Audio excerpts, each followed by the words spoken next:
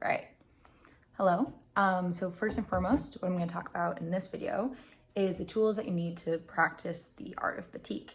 Now, I went out today and bought all of these at like local craft stores and grocery stores, and so all of it's really attainable. It's not super difficult to find, but you do have to kind of go to a few different places to find what you need, which is fine. So first and foremost, the fabric that you need for this craft. So I went to Joann Fabrics and found just like this white cotton fabric. It's 100% cotton. It was around like $7 for a yard. And so when you typically practice the art of batik, you need to use either silk or cotton just because it does a better job of holding the wax and holding the dye. Excuse me. So usually within it, you want it to have a pretty high thread count. So it needs to be pretty densely woven. And prior to applying the wax or any dyes, you need to wash the fabric. So either putting it in boiling water, putting it through the washing machine, just making sure you get rid of any impurities that it might have. And so some of the impurities include starches or especially if you get it from like a craft store or something like Joann's, it might have like markings on it for measurements and stuff. So you want to get rid of any impurities that it might have. So first thing you do is you got to wash it. So I still got to do that to mine, but yeah, so it's the first thing you got to do. And then next up, what you need is your dye. So I went out and I got two different colors. I got this royal blue color, which is this, and then I got Kelly green, which is this. So these are clearly synthetic dyes. They're in a powder form, and so it says on the box that it'll adhere to cotton, wool, nylon, and more. All I needed is for cotton, which is great. I tried to actually find like a red or something that like differentiated the two, but somehow at all the stores, they were out of the exact same colors. So obviously someone was on a mission. So these are the colors that we're gonna go with. So yeah, so these are synthetic dyes, but usually you can use natural or synthetic. These were just more easily attainable for me. So up next, we have the wax. So the wax is usually referred to as the resist because it's resisting the dye in the water. It's the thing that protects the original color of the fabric. So we use two types. This one is paraffin wax. So Gulf wax is sold at the grocery store. I got this from Big Y. It is used in like a lot of different things. I use it in cooking sometimes. I've made like buckeyes, like I've made baked goods with it before. But yeah, so this is paraffin wax. It's clear. There's about 3 bars in here, but it's part of the wax that you should be using when you're practicing this craft. The other type of wax I use is beeswax. I got this from Michael's. Comes in big blocks like this, or you can get it in little pellets. But you use this in combination with the paraffin wax. And you do this because they have different qualities that allow them to be more effective with it. I'll talk about that a little bit later on, but you need both of these in order to have the most effective version of the wax used when doing batik.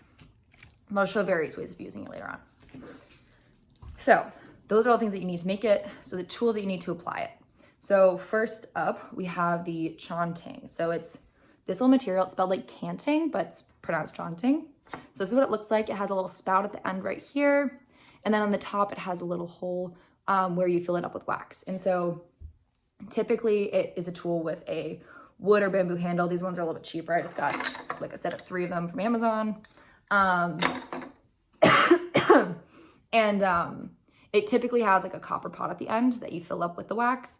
These ones are obviously a little bit less traditional, but basically the way of using it is you take a wajan, which is like a wax, or is like a wok looking type of like bowl that holds the wax over a flame. All I really have is a saucepan, which will hopefully do the trick. I think it's pretty similar.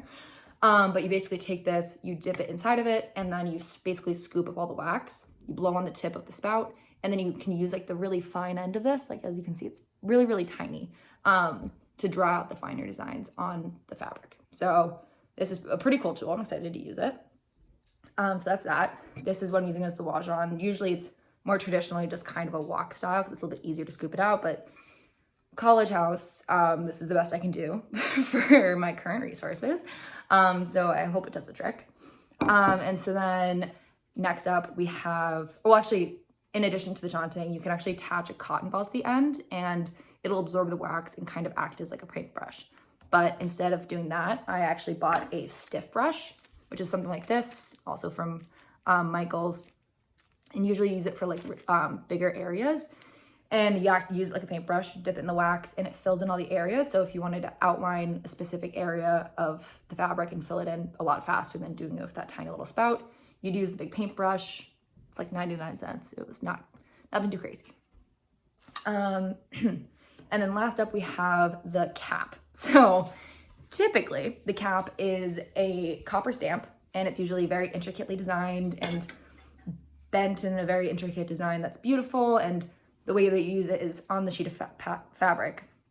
You basically go through and stamp it over and over again. It goes a lot faster. It's a lot cheaper to use because it's a lot easier to manufacture with very exact designs, which is great.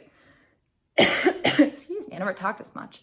And so typically it's a lot easier to cover it a lot faster.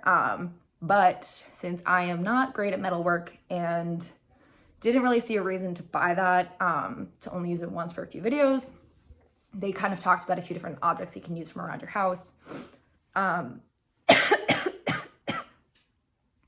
act as a stamp. And so usually they use like a mashed potato thing that has like a little zigzag on it.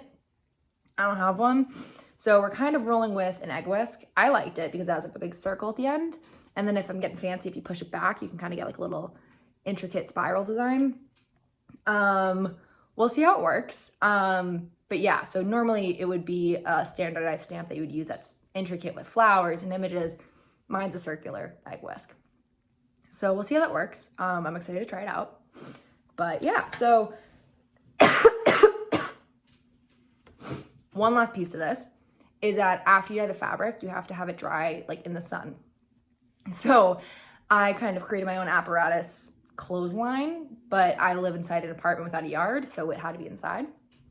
So the way that I achieved this is I took 2 stools that were identical in height, like this. I took twine and put it around 2 posts on them, and then I have it just placed in the sun right there. And then down beneath it, I have Trader Joe's bags, just to make sure if any dripping dye falls off, I can easily pick it up. I also don't think my landlord would be particularly happy if I got green and blue dye all over the floor. So I'm just trying to be considerate. But yeah, so that's kind of the tour of the tools that we'll be using.